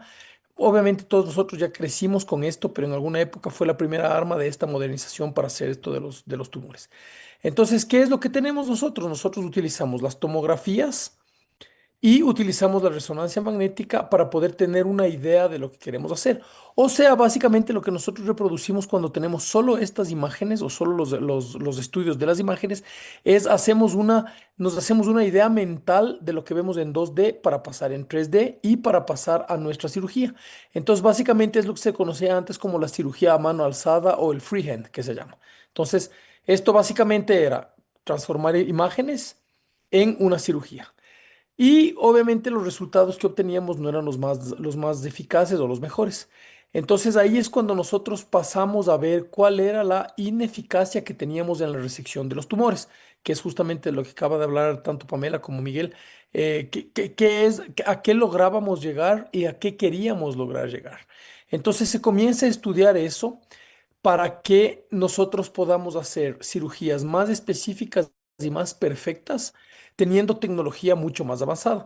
Entonces, ¿qué es lo que nos pasaba antes? Eso les digo yo, inclusive a mí también pasaba eso, es que nosotros siempre teníamos la idea de resecar más material o de resecar más tejidos o de resecar más hueso con la idea de tener una mejor resección o una resección con márgenes más amplias sin lugar a equivocación o sin lugar a tener recidivas o recaídas o no curaciones a la enfermedad.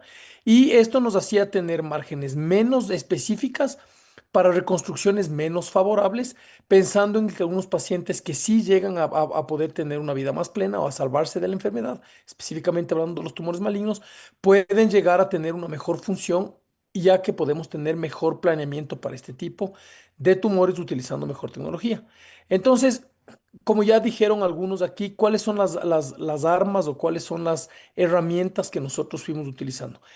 Así parezca que es algo mucho más moderno o algo que sería mucho más, digamos, actualizado de lo que pensamos, con lo que se comenzó es con la cirugía asistida por computadora, que comúnmente o popularmente le llamamos la navegación.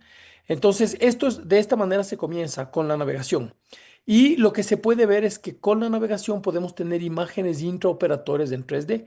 Entonces, básicamente lo que hacía esto es permitía que las imágenes o la información que venían de los exámenes de imagen de los pacientes puedan ser unificadas a la anatomía y hacer un récord de las imágenes, tanto de la tomografía como de la resonancia magnética, dependiendo de dónde estaba localizado el tumor, para poder hacer cirugías de una manera un poco más específicas. Entonces, así se crea todo lo contrario. De todas estas herramientas modernas, la primera que se comenzó a utilizar es la navegación. Ahora, ¿cuál es el problema de la navegación? La navegación funciona por los workflows que se llaman, ¿no es cierto? Entonces, esto más depende del planeamiento específico del cirujano, específicamente en el intraoperatorio para que nos oriente a hacer las incisiones, las resecciones. Entonces, lo que nosotros estamos haciendo cuando utilizamos una navegación es hacemos una cirugía sistémica durante el tiempo quirúrgico o lo que se llama el tiempo real de la cirugía. Entonces, eso también se pudo ver que eso produce muchos sesgos o produce muchos problemas intraoperatorios porque no se tenía esa idea antes. Entonces, se planificaba la cirugía, pero ya la navegación como tal solo se podía realizar intraoperatoria. Y eso es algo que realmente creaba determinados problemas. Eso sin contar con todo el precio o todo el dinero que se tiene que administrar o que se tiene que invertir en tener un buen sistema de navegación. Entonces, ¿qué es lo que pasó? Se comenzó a tener una evolución mayor de este tipo de herramientas. Entonces, ¿qué es lo que se comenzó a hacer? Se comenzó a hacer lo que se llama la instrumentación específica del paciente. O sea, básicamente es la introducción de la resección de partes de hueso específicamente al principio, que se utilizó ahorita, ya se hace para tejidos de partes blandas, para poder hacer planeamientos o reconstrucciones prostéticas en pacientes. Esto especialmente lo que era hacer los implantes o los módulos en 3D. Entonces comenzó a hacer los modelos en 3D específicos para cada paciente y a esto se le aumentó el uso de la navegación. Entonces, ¿qué es lo que hace? ¿Qué es lo que hace esto? Esta construcción de los modelos en 3D lo que nos hacía es nos daba un poco más de especificidad para la cirugía. Pero en conjunto con los modelos en 3D que nosotros podíamos imprimir, se comenzaron a utilizar las guías de corte. Entonces, ¿qué ganábamos utilizando las guías de corte? Dos cosas importantes. La primera, teníamos una precisión tanto en la planificación prequirúrgica como en el intraoperatorio como cual. Entonces, lo que podíamos era seguir cierto número de pasos antes de tener que realizar la cirugía al paciente. Y esto nos daba una idea más actualizada de lo que iba a ser nuestra cirugía. Entonces, se comenzó a hacer esto de los cortes de las guías de 3D que también fue evolucionando y esta evolución fue pasando desde materiales metálicos mucho más fáciles, sobre todo de que estén estériles, hasta la utilización actual de materiales mucho más simples, mucho más baratos y mucho más livianos que también pueden ser fácilmente utilizados en la cirugía, ya que se puede utilizar muchos diferentes tipos de sistemas para que este material esté esterilizado para el uso de la cirugía. Pero de cualquier manera también comenzamos a ver que existía limitación en el uso de estas guías de corte para cada paciente, específicamente por el motivo de que cada guía de corte solo nos servía para un paciente y el posicionamiento de las guías de corte, sobre todo para los tumores óseos. No es un posicionamiento tan real porque nosotros tenemos partes blandas en el medio y muchas veces en las cirugías nosotros no podemos resecar todas las partes blandas para colocar la guía de corte en 3D. Entonces, claro, lo que comenzó a surgir fueron muchos exámenes en donde se comienza a hacer más simulacros de las cirugías. Entonces, por ejemplo, en este examen, en este estudio de aquí, en donde podemos ver la comparación de los estudios en cadáveres, ¿sí? Que es básicamente en lo que comenzamos a hacer las cosas, nosotros podemos ver que se estudia la especificidad o digamos así, la parte más diana del estudio en las cirugías que hacemos en freehand, o sea, lo que hacemos sin ningún tipo de ayuda, versus la navegación, versus la instrumentación específica de los pacientes. Entonces se comenzó a comparar los usos de todas estas. Entonces, por ejemplo, en este estudio tenemos que son 8 tumores óseos, en donde se hacen planeamientos con 55 guías de corte y se utilizan 4 técnicas diferentes de cirugía, en donde se puede comparar tanto el freehand, la navegación, los guías de cortes o la combinación entre la navegación y las guías de corte, en donde podemos ver que realmente da mucho mejor resultado cuando combinamos las técnicas, se hace mucho más específica nuestra cirugía. Y ahí lo que podemos ver es que los cortes específicos, o sea, las guías de corte, van a producir una mejor precisión en la cirugía, siendo que puede ser más fácil y más rápido de ser utilizada que si solo utilizamos la navegación. Entonces, básicamente lo que llegamos a la conclusión es de que nosotros podemos utilizar estas herramientas en conjunto, como por ejemplo las guías de corte con la navegación, para que tengamos mucha más especificidad y para que nuestra cirugía sea mucho mejor que si es que nosotros utilizamos solo una o dos de las técnicas. Entonces, sin embargo, se fue viendo que se puede adelantar o que se puede mejorar esto. Y lo que se comenzó a hacer es, comenzamos a hacer planificaciones en la computadora para tener cirugías virtuales, en donde vamos a poder utilizar tanto los modelos en 3D como las guías de corte. Entonces, se comenzó a hacer el workflow que se le dice de cómo podemos hacer esto de la cirugía virtual o de la utilización de la cirugía virtual en los diferentes tumores que nosotros tenemos, que es de lo que vamos a ir paso a paso ahorita. Entonces, básicamente, lo primero que nosotros tenemos y lo primero que nosotros necesitamos son nuestras imágenes. ¿Qué es lo que vamos a hacer? Vamos a utilizar las imágenes que nosotros tenemos para poder pasar a la computadora, para poder generar nuestra cirugía virtual, en la cual nosotros vamos a hacer el uso de las guías de corte y de la impresión de los módulos en 3D. Entonces, como ustedes pueden ver en ese gráfico que está en la parte derecha inferior de la pantalla, nosotros vamos a programar o vamos a bajar las imágenes que nosotros utilicemos, sea de resonancia magnética o sea de tomografía, programándola a la máquina que nosotros vamos a utilizar dependiendo de la marca, de la manera como ustedes están viendo ahí. Entonces, por ejemplo, si ustedes en su hospital disponen de una máquina Philips, la forma en la que ustedes van a querer programar su máquina Philips para poder hacer una cirugía virtual va a ser en la forma en donde está ahí. Y eso va a ser para cada una de las máquinas, lo cual se hace interesante. Y ahí viene la siguiente pregunta, que será, bueno, ¿y cuál es el costo?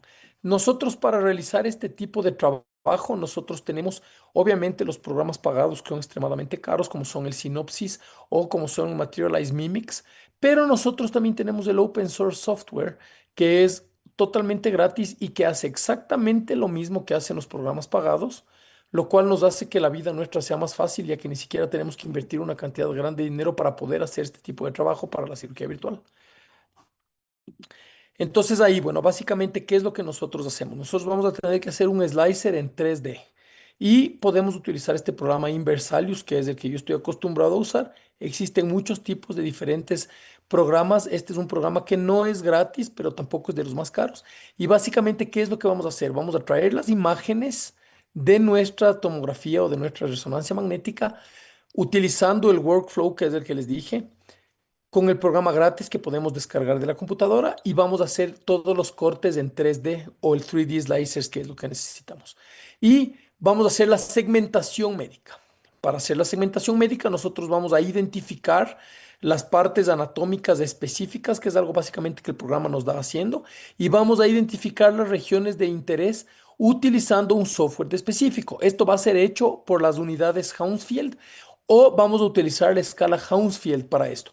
Esto básicamente es una escala que nos da mayor profundidad y mayor colores, como pueden ver en la parte derecha también de su pantalla, en donde lo que vamos a distinguir cuando estemos programando o cuando estemos haciendo esta parte de la segmentación médica para nosotros poder hacer la cirugía virtual, vamos a ver que los diferentes colores que van a pintar van a ser de las diferentes estructuras. Entonces, como pueden ver, por ejemplo, la escala Hounsfield para la grasa no es lo mismo que para el agua, que no es lo mismo para los tejidos blandos y etcétera. Entonces, esto de aquí, lo bueno es que nosotros podemos hacer o manual o podemos hacer semiautomática. Dependiendo del programa que nosotros tengamos, va a ser inclusive mucho más fácil hacer esta escalación para hacer esta segmentación médica. Y luego, una vez que nosotros tenemos ya la segmentación médica, lo que nosotros vamos a tener es el registro. Entonces, ya hicimos la segmentación, ahora vamos a tener el registro, que básicamente lo que va a hacer es las tomografías o las resonancias magnéticas vienen con diferentes sistemas de coordinación. Entonces, por eso tenemos que hacer el registro en diferentes partes. Pero lo interesante es que nosotros podemos sumar los diferentes exámenes, o sea, coger las imágenes de nuestros diferentes exámenes que hagamos si necesitamos coger diferentes exámenes y podemos hacer los landmarks que pueden ser, como ustedes ven en la parte igual derecha de la pantalla, pueden ser manuales o pueden ser semiautomáticos para nosotros tener una idea más clara de exactamente dónde está el tumor. Y una vez que nosotros tenemos esto, podemos realizar esto. O sea, básicamente lo que nosotros podemos hacer es tener una idea mucho más clara de en dónde está nuestro tumor y lo que podemos hacer es esto, es hacer una parte virtual para nuestra planificación quirúrgica. Entonces, como pueden ver aquí, nosotros en un lado tenemos toda la parte del tumor en donde salen todas las estructuras, en donde podemos hacer mayores o menores cantidades de estructuras. Y en la parte derecha de la pantalla lo que podemos ver es nosotros estamos planificando virtualmente cómo va a ser nuestra cirugía. Lo que nos quita el paso de tener que hacer la navegación, porque antes a nosotros nos tocaba hacer esto de una manera no tan visual y no en 3D en la navegación intraoperatoria. En este caso, ustedes pueden ver que nosotros estamos planificando nuestro corte, en donde podemos tener cortes más específicos, guardando mayor cantidad de estructuras. Antes, por ejemplo, en uno de estos tumores, lo correcto hubiera sido hacer una sacrectomía total, y aquí, de esta manera, nosotros podemos hacer una sacrectomía parcial, con una planificación quirúrgica en donde lo que yo generalmente les digo a las personas cuando doy esta clase es la única diferencia que nosotros vamos a tener entre hacer esto y la cirugía es que en el caso en donde estamos utilizando la computadora no sangra. Y ahí lo que nosotros hacemos es, una vez que ya tenemos nuestra planificación de la computadora, lo que nosotros podemos hacer es simplemente hacer ya la impresión en 3D a escala normal o a escala real de nuestros modelos o de lo que nosotros necesitamos hacer, ¿sí? Y lo que nosotros vamos a hacer es vamos a aplicar esto en una escala anatómica utilizando ya los diferentes puntos específicos anatómicos para que podamos crear o recrear de manera específicamente idéntica o anatómicamente idéntica nuestra parte del tumor y de las partes blandas que están al lado de ello. Entonces, como pueden ver aquí, esto de aquí se comenzó mucho a hacer en todo lo que es la parte de la cara y la parte de los dientes por ser de menores tamaños y por ser más barato, pero esto de aquí ha evolucionado muy bien. Y como ustedes pueden ver, esta es una escala de la evolución de las impresoras en 3D. Antes eran extremadamente grandes y caras, ahora inclusive podemos comprar por Amazon y existen algunas impresoras dependiendo del precio en que se demoran un par de horas hacer una impresión en 3D, cuando antes necesitábamos casi 24 horas para poder hacer una impresión de 3D en escala real. Y como pueden ver aquí, esto es más o menos un video de cómo funciona la parte de la impresión, como ustedes están viendo ahí.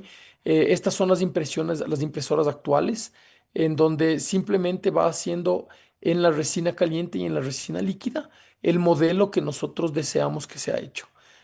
Existe la capacidad de hacer cualquier tipo de modelo de cualquier tipo de tamaños, hasta con impresoras más pequeñas y más populares o más fáciles de comprar. Entonces, básicamente nosotros lo que vamos a tener al final es esto, es un modelo en 3D exacto con todas las áreas anatómicas en donde vamos a poder ver exactamente cómo es nuestra cirugía y qué es lo que nosotros queremos hacer de nuestra cirugía. Esto de aquí aparentemente no es así, pero nos genera una manera más económica de hacer.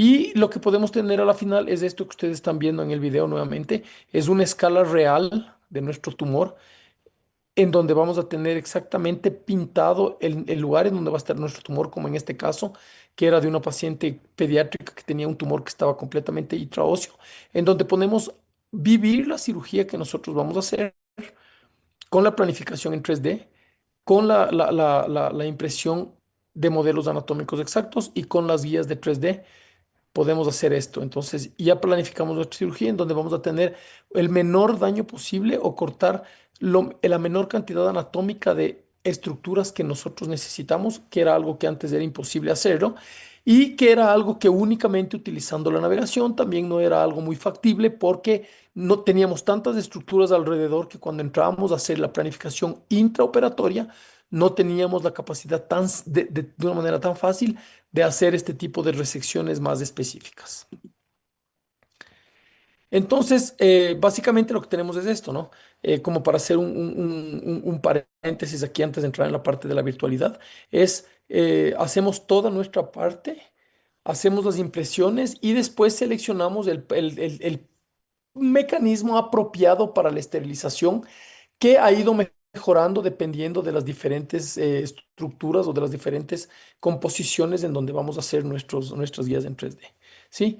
Aquí pueden ver también un gráfico en donde es básicamente lo que les dije, que es primero la recolección de data o de los datos, que es básicamente los exámenes de imagen. Después vamos a tener la ayuda de la computadora para hacer todo el procedimiento. Después vamos a tener la manufacturación y luego vamos a tener la cirugía. ¿Sí?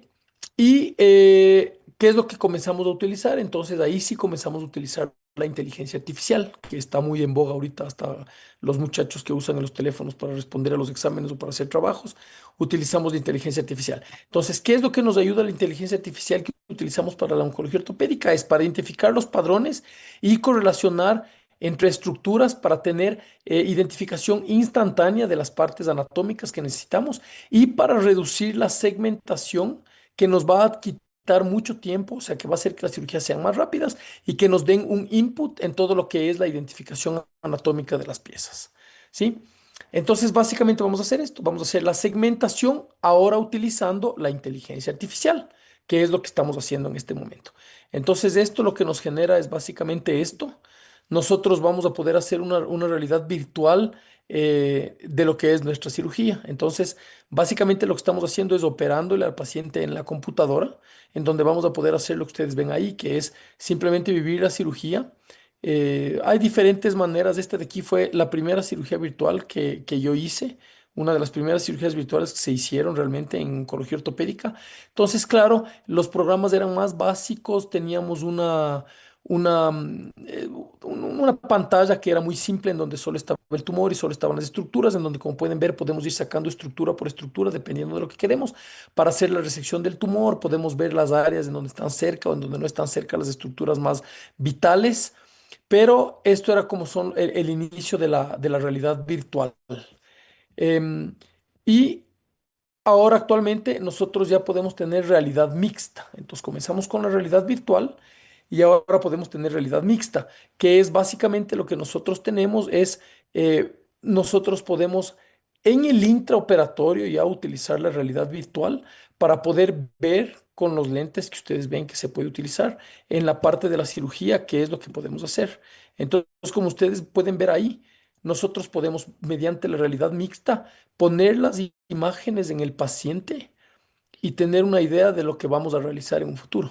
Entonces, no solo que ya podemos coger y realizar la cirugía como tal, sino que aparte de eso podemos hacer una realidad mixta, o sea, podemos ver las estructuras en el paciente y podemos tener una idea muchísimo más clara hasta de tamaños y de localizaciones de la parte del paciente. Entonces, para que tengan una idea más clara, nosotros hablamos mucho de realidad virtual, pero tenemos tres, que es la realidad virtual, que es básicamente la parte, es digitalizar el medio para poder tener una experiencia sintética sin sentido real. Eso es lo primero que vieron que era cuando yo estaba puesto los lentes. Después ya comenzamos a tener una realidad aumentada, que es ya digitalizar la información que está. Entonces vamos a poder tener una idea más real de la experiencia quirúrgica. Y aparte de eso, ahora nosotros lo que tenemos es la realidad mixta o merged reality que se llama, que es en donde podemos mezclar la realidad virtual y la realidad aumentada para poder tener una interacción con manipulación tanto de la parte física como del medio en donde vamos a poder realizar la cirugía. Entonces, básicamente lo que estamos haciendo ahorita es estamos realizando lo que se llama la imagen segmentacional médica o la imagen médica segmentaria, en donde lo que vamos a hacer son la calidad de los exámenes que utilizamos, vamos a poder quitar los artefactos y vamos a poder hacer que se determine más la segmentación del paciente y a eso le vamos a utilizar la inteligencia artificial, en donde vamos a poder disminuir básica y rápidamente el tiempo que nosotros nos demoramos en nuestra cirugía, vamos a tener modelos detallados y vamos a poder quitar todos los artefactos que antes se nos hacía difícil quitar o nos tomaba mucho tiempo para tener una optimización de todos los modelos en 3D sin la necesidad de utilizar herramientas más caras o más específicas como son, por ejemplo, navegación. Eh, y nosotros ahí vamos a tener lo que es el planeamiento virtual quirúrgico o el workflow del planeamiento virtual quirúrgico, que es básicamente el resumen de todo lo que les acabo de decir, que es primero la adquisición de todos los datos que necesitamos por imágenes, la preparación de las imágenes, que es básicamente la segmentación, que es lo que más tiempo nos toma, la cirugía virtual, la realización del diseño, la manufacturización y la cirugía. Entonces, lo que yo generalmente les digo a las personas es, tú vives la cirugía para después hacer la cirugía. Esto de aquí nos presta cosas importantes que yo me he dado cuenta, que es como, por ejemplo, muchas veces los pacientes no nos entienden lo que les decimos. Entonces el paciente es como que les contamos que le vamos a hacer tal resección y que le vamos a reconstruir con tal tipo de prótesis o le vamos a sacar tanta cantidad de hueso y el paciente muchas veces no entiende realmente lo que se le va a hacer. Cuando nosotros utilizamos la realidad virtual o la realidad mixta que se llama ahorita, que es la merged reality, nosotros vamos a poder hacer este tipo de procedimientos con el paciente viéndonos y la explicación va a ser mucho más visual. Entonces, o el paciente o el familiar del paciente, sobre todo los papás cuando vamos a operar a niños menores de edad, van a tener una idea más clara de lo que nosotros vamos a realizar y la explicación se vuelve mucho más simple y el paciente va a sentir mucha más confianza y mucho más confort en el procedimiento que se le va a realizar y no antes cuando les hablábamos o les tratábamos de dibujar algo y el paciente no entendía muy bien. Entonces, el ejemplo que yo hago es como que nosotros somos el director técnico de algún deporte que realizamos y nos dan el esquema de juego del otro director técnico del otro equipo. Lo único que tenemos que hacer es poner en base eso y vamos a tener una mayor facilidad en nuestra cirugía. Entonces, espero que haya sido de provecho lo que estamos haciendo ahorita con cirugía virtual.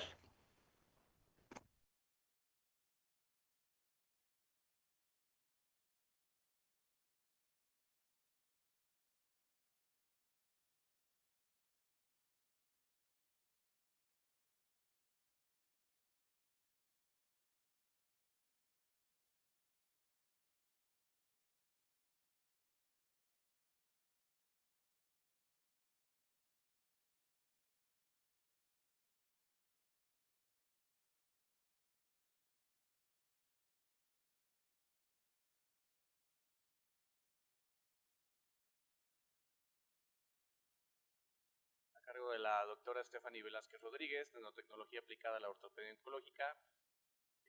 Pues bienvenida y muchas gracias.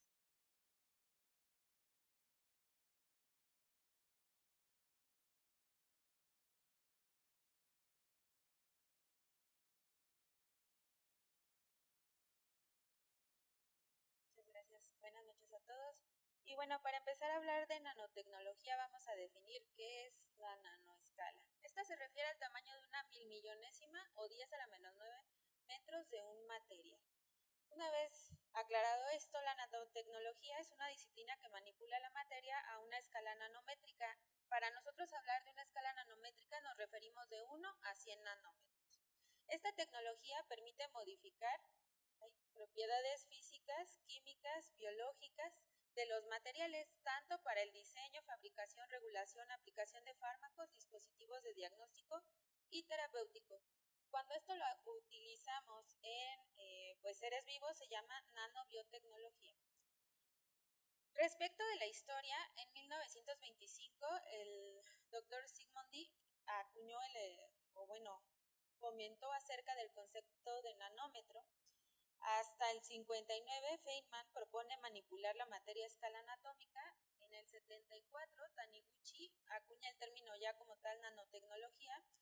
Y es hasta 1981 que Vinin y Rohrer hablan acerca del microscopio de efecto túnel, que además permite una manipulación anatómica, y es este que vemos en la imagen, donde se alcanzan a ver objetos hasta de 2 milímetros o incluso más pequeños, nanómetros, perdón, o más pequeños. Y bueno, en la década de los 90s y 2000s se empezaron a utilizar las primeras aplicaciones médicas experimentales, sobre todo con la creación de nanopartículas micelares, y esto en el aporte oncológico, porque se pudieron utilizar las primeras quimioterapias que no dañaban tanto al individuo. Y bueno, fue hasta que Iijima también observó por medio de del microscopio los nanotubos de carbono. Estos nos ayudan también para el transporte de algunos medicamentos o sustancias que requerimos para dar tratamientos oncológicos. Si me pueden apoyar. Bueno, hablando de la escala nanométrica, nosotros aquí podemos hablar acerca de lo que es la dimensión cero, que generalmente estas sí son por definición nanopartículas. Podemos tener algunas partículas unidimensionales, que quiere decir que vamos a tener algunas de sus dimensiones están en... no se puede señalar esto. Ya. Están solo... una dimensión está en la macroescala. Por ejemplo, los nanobarras, los nanocables. Otras que están en bidimensionales, que tienen 2, por ejemplo, el grafeno, las nanopelículas o nanocapas, y las tridimensionales, que por definición ya no están dentro de la escala nanométrica, pero es cuando apilamos más de uno de estos moléculas. Dentro de las aplicaciones médicas de la nanotecnología encontramos la liberación dirigida a fármacos, por ejemplo la doxorubicina, y es precisamente lo que les quise ejemplificar en la imagen, que a partir de una partícula que contenga los detectores o las señalizaciones que van en contra de las moléculas que presentan o los receptores que presentan el tumor, estas llegan a través del torrente sanguíneo, y gracias a que tienen esa capacidad de difusión, llegan hasta las células tumorales, y no solo eso, continúan su circulación y llegan a atacar algunas partículas tumorales que son las responsables de las metástasis. También lo podemos aplicar en los biosensores o en la regeneración tisular con andamios nanoestructurados, tan es así que ya hay impresión de meniscos, o incluso en nanopartículas en vacunas, como la que utilizaron en Pfizer. Ya no me voy a detener mucho en las aplicaciones emergentes, pero sí recordarles que desde el 99 está autorizado al menos algunos medicamentos oncológicos, sobre todo, por ejemplo, del 95, que es la doxorubicina liposomal, que sí ocupamos nosotros como ortopedistas oncológicos, principalmente para el tratamiento de los osteosarcomas. Y bueno, a estas nanopartículas, ¿alguien le puede regresar? Ya. Bueno, a estas nanopartículas también se les puede crear liposomas, se pueden hacer algunas uniones. La ventaja de usar este tipo de escala es que puede atravesar algunas barreras, incluyendo la hematoencefálica, y ser útiles en tratamientos incluso del glioblastoma, del cáncer de pulmón, del cáncer de mama, y no solo ahí, no se queda al nivel de tratamiento, también a nivel del diagnóstico, porque se pueden aliar algunas moléculas, sobre todo las de oro o plata, que se pueden aplicar en los radiotrazadores para hacer PET, resonancia con contraste, tomografías, y darnos un diagnóstico más específico de la patología que nosotros queramos estudiar. Ahora, respecto de las aplicaciones a nivel quirúrgico, pues como podemos saber, y lo que siempre buscamos y de lo que ya nos hablaron los demás expositores, es que siempre vamos a estar peleando contra las infecciones, contra las recurrencias y en ocasiones incluso con la integración ósea. Entonces, cuando nosotros utilizamos prótesis, no solamente tumorales, también prótesis en ortopedia en general, buscamos que se prevengan este tipo de complicaciones e incluso pues, podemos poner algún recubrimiento antibacteriano como las nanopartículas de plata. Un ejemplo de ello son estas aleaciones de titanio con óxido de titanio y nanopartículas de plata, que además mejoran la adhesión celular y la osteointegración y reducen la formación de biopelículas de Staphylococcus aureus, que pues es de los patógenos más frecuentemente encontrados en las infecciones ortopédicas. Ahora, hablando del futuro, nosotros podemos pensar que así como existen la cirugía robótica para reemplazo articular en rodilla, en cadera, también van a existir prótesis inteligentes con monitoreo en tiempo real acerca de si detectan alguna molécula que nos hable de que el paciente está presentando alguna recurrencia, incluso para la impresión de modelos 3D, así como nos hablaron los médicos previamente, y también puede haber algún implante que genere liberación farmacológica controlada y dirigida. Por ejemplo, esto ya es un hecho, existe para el tratamiento de la diabetes, se están generando para el tratamiento oncológico y hay algunos avances en la inmunoterapia local también mediante nanomateriales. Este caso que les presento aquí es, bueno, un agradecimiento al doctor Clara por las imágenes. Es una paciente que tenía un condrosarcoma en básicamente todo el fémur. Se le hizo una artroplastía modular tumoral de fémur total a la paciente. Y pues desde ahí vemos que tienen ya partículas que se agregan para mejorar la adhesión de los tejidos y prevenir, pues, bueno, facilitar la osteointegración. Dentro de las conclusiones a las que llegamos fue que la nanotecnología ya está presente en nuestra vida diaria. La nanobiotecnología es indispensable para continuar desarrollando y actualizando los métodos diagnósticos y terapéuticos en medicina. Y no solo esto, también existe la teranostia, que nos habla acerca de, al mismo tiempo que diagnostico, estoy dándole tratamiento a un paciente. Y bueno, también esto pues incluye en la ortopedia oncológica. Y bueno, lo más importante y creo que el mensaje principal que tratamos de emitir todos los que el día de hoy tuvimos la oportunidad de platicar con ustedes es que se debe mantener el manejo multidisciplinario del paciente oncológico. No solamente es por el ortopedista, necesitamos de todo el equipo para dar un buen tratamiento. Y bueno, gracias.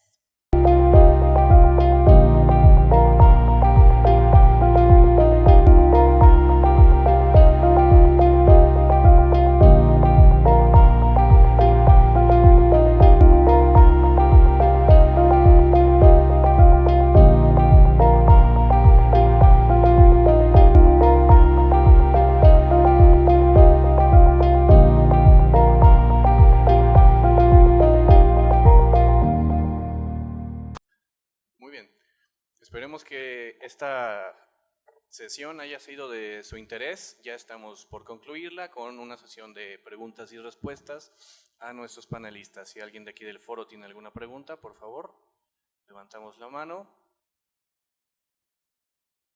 Damos unos segundos.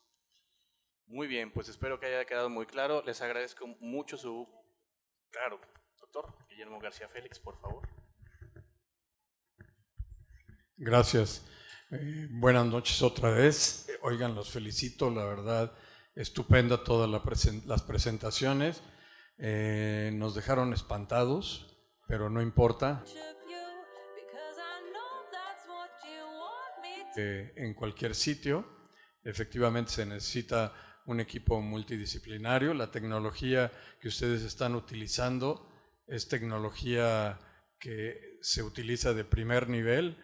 Y bueno, estamos convencidos de que si esto sigue, pues podremos cambiar todo del paciente y no tendremos ningún problema, porque si esto es lo que ustedes logran, incluidos los tejidos blandos, pues entonces no podemos pensar que hasta aquí nos vamos a quedar. sino que esto va a seguir. Una pregunta. ¿Realmente el material con el que viene hecho la sustitución o creamos estos elementos nuevos está basado en que en una resina siempre? Pues hay diferentes tipos de materiales, doctor, pero generalmente son biocompatibles, son resinas biocompatibles, pero ese es un modelo que nos dan, o sea, nos dan generalmente como 3 modelos. Hay un modelo que es en resina, que te sirve para manipularlo, incluso antes de la cirugía, para ver cómo está el tumor, ver cómo lo vas a abordar, ya después se mete a esterilizar, y ese únicamente lo utilizas para guiarte durante el procedimiento previo, durante la cirugía, pero ya el implante definitivo ya viene en metales, principalmente de aleaciones de titanio, como comentó la doctora Pamela. Claro, pero también hicieron una mención a que había algunos de los implantes también se procesaban con tejido biológico. O sea, sí. ¿Eso cómo es? ¿A través de proteínas? Okay. Eso apenas está ahorita todavía como en desarrollo. Ahorita actualmente se están utilizando los de resina y los metálicos. Ok. Muchas gracias. Sí. Eso es un poquito de hacia dónde vamos también, Doc, porque justamente ahorita lo que más se está trabajando son metales, las aleaciones de titanio en las reconstrucciones que son para carga mecánica es lo que más se usa. Cuando usted las toca, las tiene en la mano, es literal la consistencia como de una copa no cementada, es literal así como son por fuera con un recubrimiento poroso. Y hacia donde va justamente la tecnología de los implantes hechos a la medida es combinar la impresión 3D con elementos biológicos del paciente, mucho derivado esto de cultivo y células madre, todavía está en pañales, todavía no hay gran literatura al respecto, pero es hacia donde vamos. Gracias. Perfecto, pues muchas gracias. Les agradezco su participación y su apoyo. Doctor Juan Pablo, muchísimas gracias. Tenga excelente noche, excelente plática. Y muy bien. Pues, saludos, Juanpi. Saludos, Pame. Vamos a cerrar con unas palabras del doctor García Félix. Gracias, Jorge. Brevemente les quiero decir, ha sido un éxito toda la presentación. Tenemos ahora aquí en sala, estuvimos 50 personas y en virtual tuvimos 236 personas, que eso significa que el volumen de interés que está teniendo este tipo de sesiones pues va creciendo, pero sobre todo porque los temas que aquí se están dando son de primer nivel. Agradezco a todos la presencia y los invitamos aquí al lado donde está la Sociedad Médica a que pasen por un pequeño ambigú. Gracias y buenas noches.